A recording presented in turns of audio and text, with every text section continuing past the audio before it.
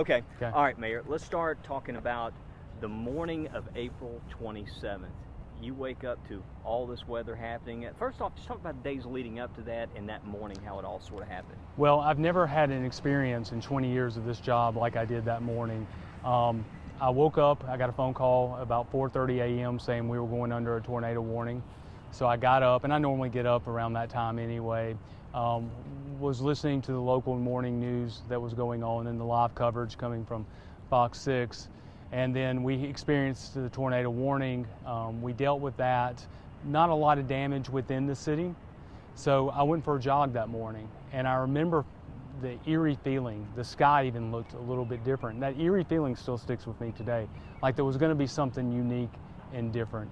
And the days leading up to it really got us prepared for the moment. I have never, again, experienced in my 20 years of service with the city, so many people saying you need to be ready because this day is going to be destructive. Yeah, I remember the days leading up to that because we had American Idol, and everybody was going to be watching American Idol. And I remember JP just really highlighting that night before, we were talking about this is going to be one of those days that could be generational. Yeah. And you were talking a lot about the morning and how that sort of changed. We know that morning round of storms changed a lot, but especially when it comes to the school systems. Absolutely. Yeah. The morning storms for us was a blessing. It forced the cancellation of schools because that afternoon at 5:13 p.m. there was still been hundreds of children who had been in our 4 schools that were destroyed that day. It also prepared the city. It put us all on notice. We were able to repair generators that had issues with them that didn't expose themselves until we had those high wind impacts. So for all of us, it really prepared us for what was coming just a few hours later. So the morning round of storms happen, and you're in the midst of responding to that. Yes. And here we go with round number 2. So you start seeing videos coming in from other parts of the state. What's going through your mind? My thought was, especially with Coleman, and I don't know why I remember Coleman in particular, but the footage of the tornado in Coleman, the damage reports that were coming out of it, I kept thinking, that poor mayor, because we'd gone through this on April 15th, which I thought may be the biggest weather event I would ever have to be part of and manage. But then, at some point right after the Coleman tornado, we started getting notifications about watch this cell coming out of Mississippi. And then from then on, for the next, it felt like a long time, but the next hour and a half, we started tracking that cell, and we realized it was coming to the heart of our city. We just didn't know how impactful it would be. Were you listening to scanner traffic and transmissions as all this is going on? I mean, you were at an operational center, right? We were at a City Hall's operational center, so as the tornado got closer and closer, we could pick it up on our traffic cameras. We could begin picking up chatter from other jurisdictions around Tuscaloosa. Once it hit the city, we almost went into a blackout. Cameras went down, communications went down. We were only able to pick up a cable feed at one point for whatever reason that was for. And then there was this eerie quiet, and I'll never forget, there was this quiet, then everyone's phones started exploding. And then at that point, the first reports came in. I remember our city attorney telling me that, Mayor, the Curry facility is destroyed. Our incident commander then just a few seconds later says, Mayor, we're hearing that 15th Street is gone. At first, I thought these reports can't be true. How could the Curry facility, which we're standing on today, how could it be gone? How could 15th Street disappear? But soon, in the very next few minutes, we realized these reports were accurate. I remember our police chief able to get in touch with me, telling me, Mayor, we're just going to have to mark bodies. At that point, and this is about 15 or 20 minutes after the tornado went through our city, I realized that we're in this deep, that this is something that none of us have ever experienced.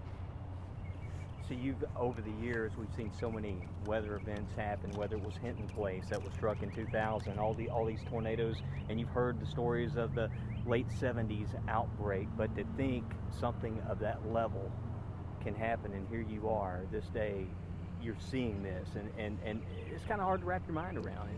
It is, because this is my hometown. I was born and raised here. I remember the weather outbreak in '76. I remember being in a crawl space in Springbrook. The 2000 tornado, I was at Hillcrest High School when it hit, coaching my son's basketball team. So tornadoes have been part of my life. I remember when a tornado came through and hit near our neighborhood in Idlewood. This was different. This was as if the hand of God smashed down on our city, and we lost 13% of our city. I mean, you think about that. 13% of our city disappeared in 6 minutes. 5,400 homes and businesses either destroyed outright or severely damaged that had to be condemned. And then on top of it, 53 lives lost.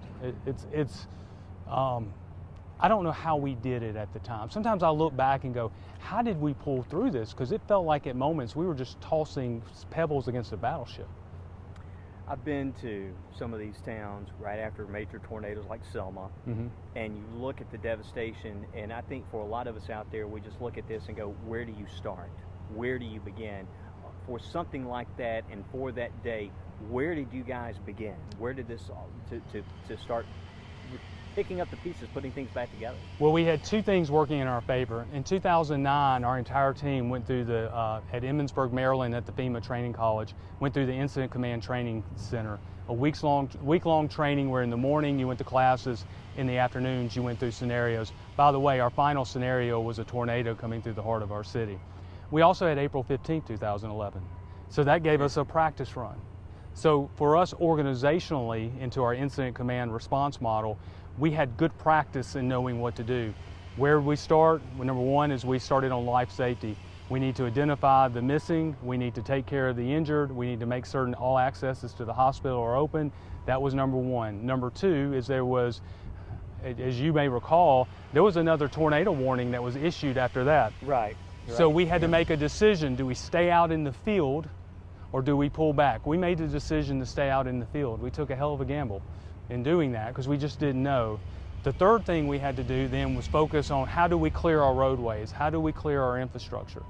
And so that was assigned through our incident command model. The fourth thing was making certain our water system had integrity. In other words, where we had leaks, or is our water system still sound? So those became the first four priorities. And then from there, each hour, those priorities expanded. But the one thing we did really well is we took a problem, we solved it, we took the next problem and solved it. And then if you keep doing that long enough, all of a sudden you can begin seeing a pathway forward. Just take it one step at a time. I know. Tell me about just the help from neighboring communities, cities, Auburn, all around the state. Yeah. You know it's bad when Auburn comes and helps you, right? I say that tongue in cheek. Yeah. First, I've got to give credit to Governor Bentley. About 10 minutes after the tornado hit us, I couldn't get him on his cell because cell communications were rough. You know, we had so many cell towers damaged or destroyed. But I texted him, and he texted me right back, and I told him we need National Guard help, and he said, I'm sending it right away. The National Guard was here 800 in full force in 24 hours, and they actually formed in under our incident command. I can't say enough what the National Guard did for us. We had 37 different cities and county governments come to our aid as well.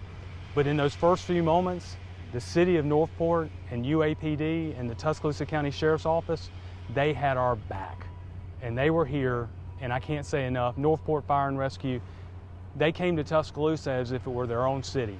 And they kept us from disappearing into the night. So looking back on that, what are some takeaways?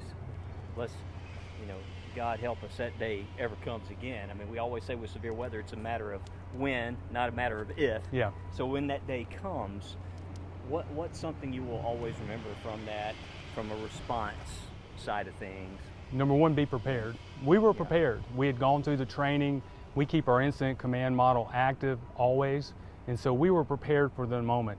Number two is know in this state, I can tell you, at least from an Alabama experience, your neighbors are going to be there for you. Your municipal neighbors, your county neighbors, your institutions are going to be there for you. And let me also say this while I'm with you. People like you saved thousands of lives. In Tuscaloosa alone, 99% of the homes where people were sheltering that were destroyed, the people lived. Hit directly by an EF4 tornado with winds of 193 miles per hour. They lived because they sheltered in place. And most of our fatalities were in homes that were built between 1940 and 1970, so before the city had building codes. So we know, Wes, we know without a doubt that if you go to your safe place In Tuscaloosa on that day, you had more than a 99% chance of survival being hit by an EF4 tornado directly. So you, as a meteorologist, by warning people, telling them to get to their safe place, you save lives. Well, appreciate that, Mayor. We certainly appreciate all the folks that are in the process of in the business of delivering critical weather information from the National Weather Service all the way to the emergency management. I mean, everybody really steps up in those times and really helps get the word out there on all these platforms now that we have with digital, which has really changed a lot of things. You were talking about the structures and the buildings. We're standing on the site of a building that we thought would withstand a Category 5 hurricane, yeah. Right?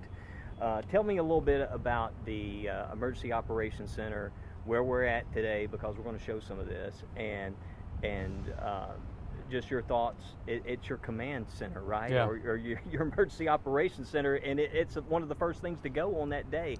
Talk a little bit about that. Well, this site at the time was home to a 300,000 square foot facility that housed our EMA, the very agency you need in a disaster, that had a complete command center. It also was home to the city's logistics, so every bit of our logistics, 80% of our heavy equipment, and it is the first thing that's reported to me that it's completely destroyed. Now, by God's grace, none of the 30 people that were in this facility at the time died, which was a miracle in and of itself. Right. But this building looked like somebody had just stepped on it. And when you look at the pictures, you think, how could anyone survive it?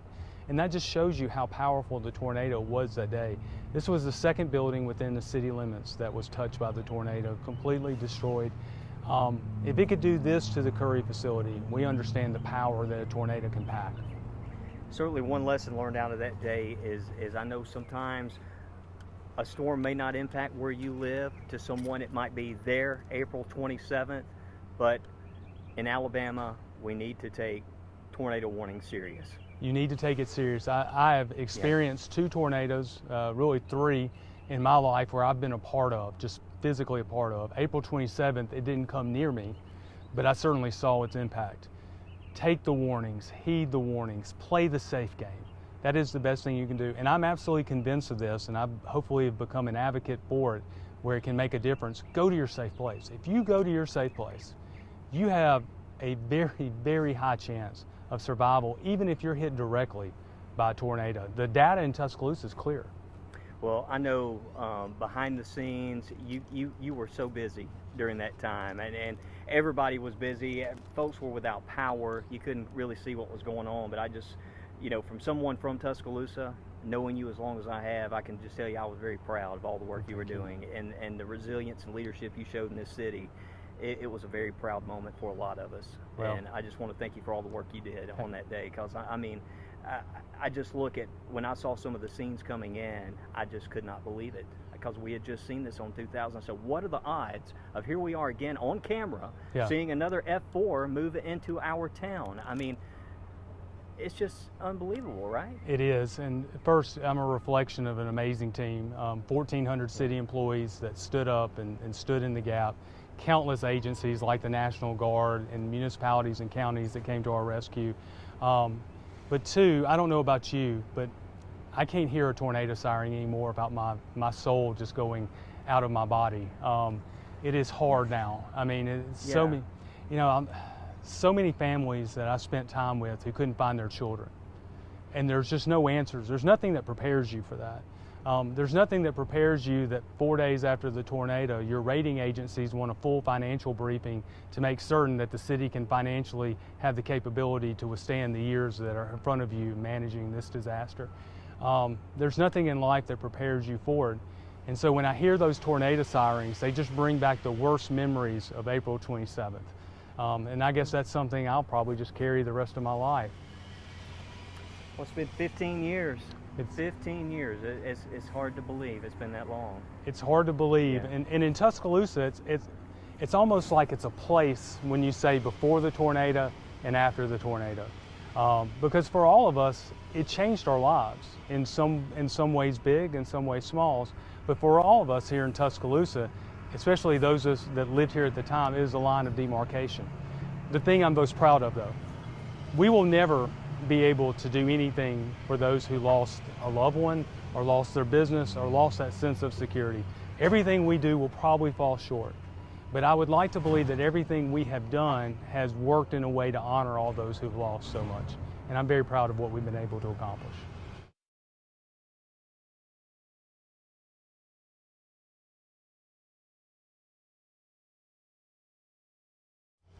It's indescribable. It's hard for me to even put into words. Mm-hmm. When we came over the viaduct in Alberta, was really on University Boulevard, is my first chance to see the damage. And when you looked from southwest to northeast, it really brought you to your knees. And I remember just thinking in my mind, what do we do? Because certainly all the training in the world, doesn't prepare you for what you see. And there were some early, for a few seconds, there's those doubts. The good news is the urgency of the moment required action. And so you had to start moving. And every problem, we solved it, went to the next problem. But I will never, as long as I live, I will never forget coming over that viaduct and thinking, this can't be real.